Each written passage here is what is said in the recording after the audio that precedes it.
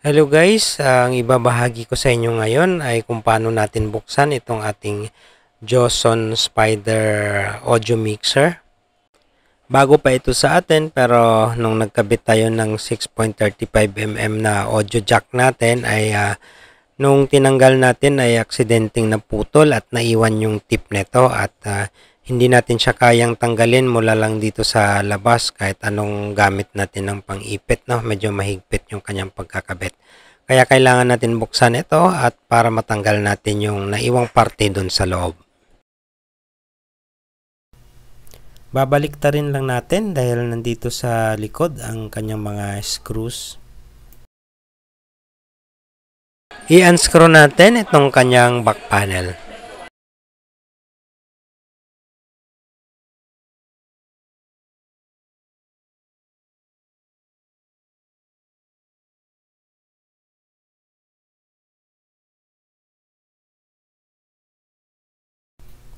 So guys, hindi pwedeng hatakin basta-basta. Meron palang nakakabit na power supply dito sa kanyang back cover. So ito yung kanyang laman, ito yung kanyang power supply. Tatanggalin lang natin yung mga connection para matanggal natin itong back cover natin.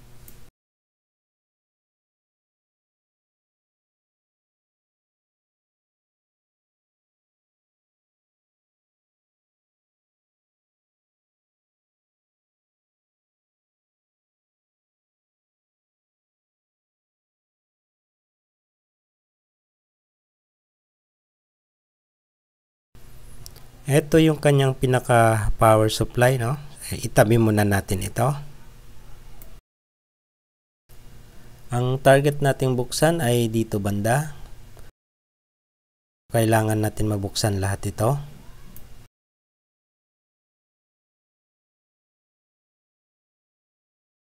Tatanggalin natin yung mga screw dito at pati dito.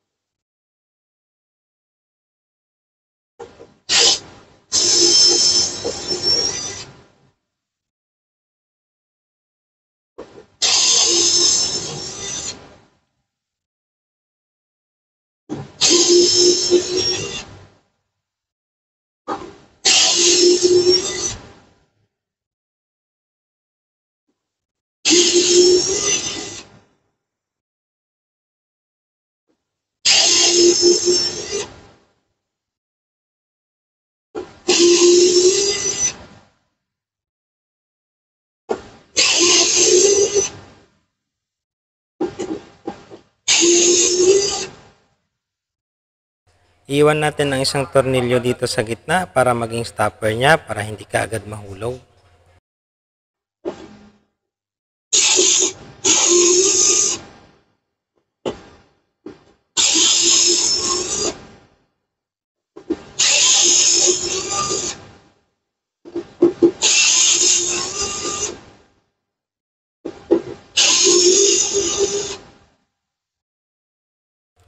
So ito na, tatanggalin na natin yung nag-iisang tornilyo dito sa gitna.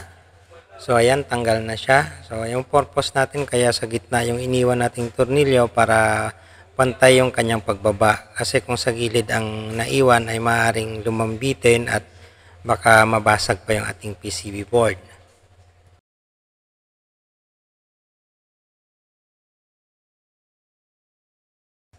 So ito na, nakikita na natin yung tip ng ating PL jack na naputol at naiwan dito. Susubukan natin sungkitin.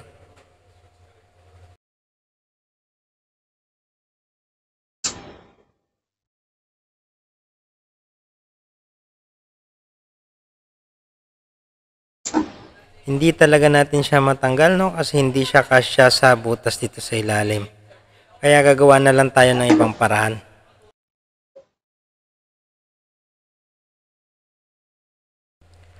Dito sa parte na ito nakasingit yung naputol na PL jack natin at kailangan natin tanggalin. So ang gagawin natin ay hihinangan natin ito para may angat natin ng konti yung kanyang port at mahugot natin yung naputol na parte.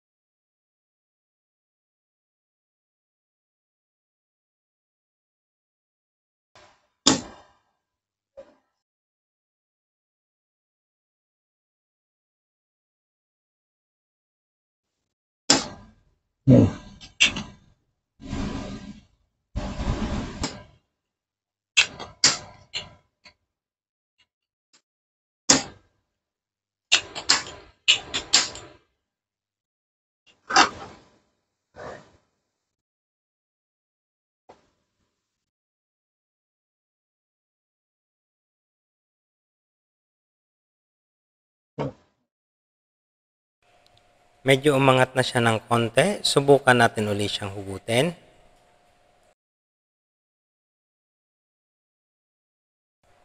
Medyo hindi kaya nitong ating tools kaya subukan natin itong long nose.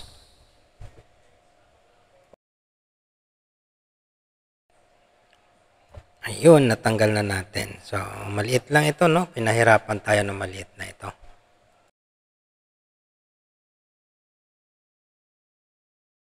Sobrang kapit. Hirap. Ibabalik na lang natin siya. Hinangan na lang natin uli.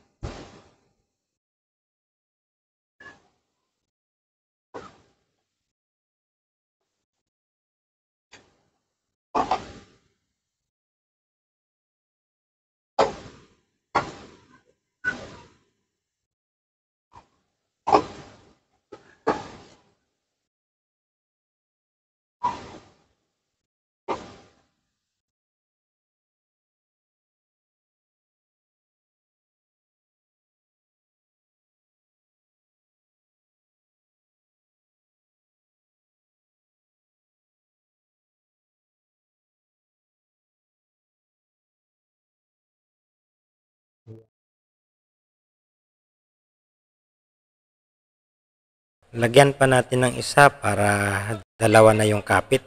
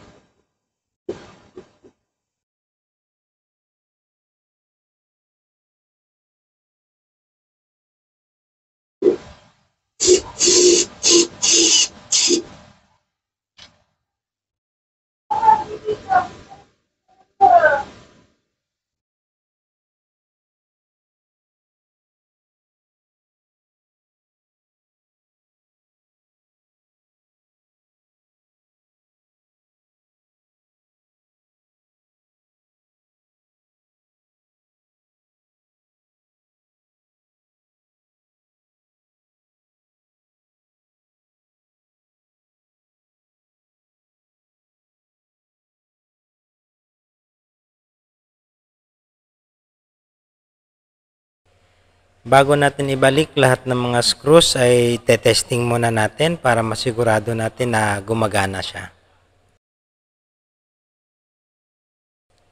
So guys, magti-testing tayo. Gagamitin natin yung port kung saan doon natin tinanggal ang naputol na PL jack. I-check natin kung umaandar yung port na ito para masigurado natin na tama yung ating pagbalik ng kanyang hinang.